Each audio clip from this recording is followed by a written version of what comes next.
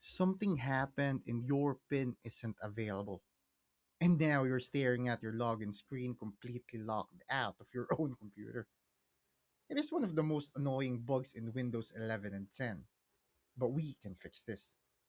If you see the Setup My PIN link, try clicking that first to sign in with your Microsoft password. But if that fails or the link isn't there, we need to head into Windows Recovery Environment. Hold down the Shift key while you click the Restart button on your lock screen. Once you're in the blue menu, navigate to Troubleshoot, then Advanced Options, and open the command prompt.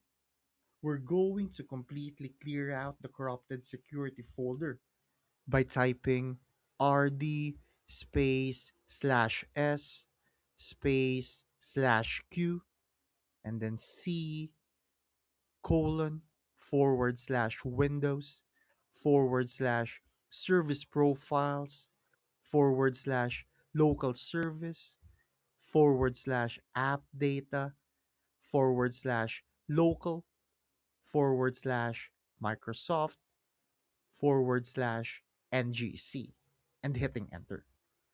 This command is a lifesaver because it force deletes the entire NGC folder where your old broken pin data is stored. Keep in mind that if your Windows installation is on a different drive, you might need to swap that C for a D or E. Once that's done, just close the command prompt and hit continue to boot back into Windows, and you should be able to log in or a fresh pin setup.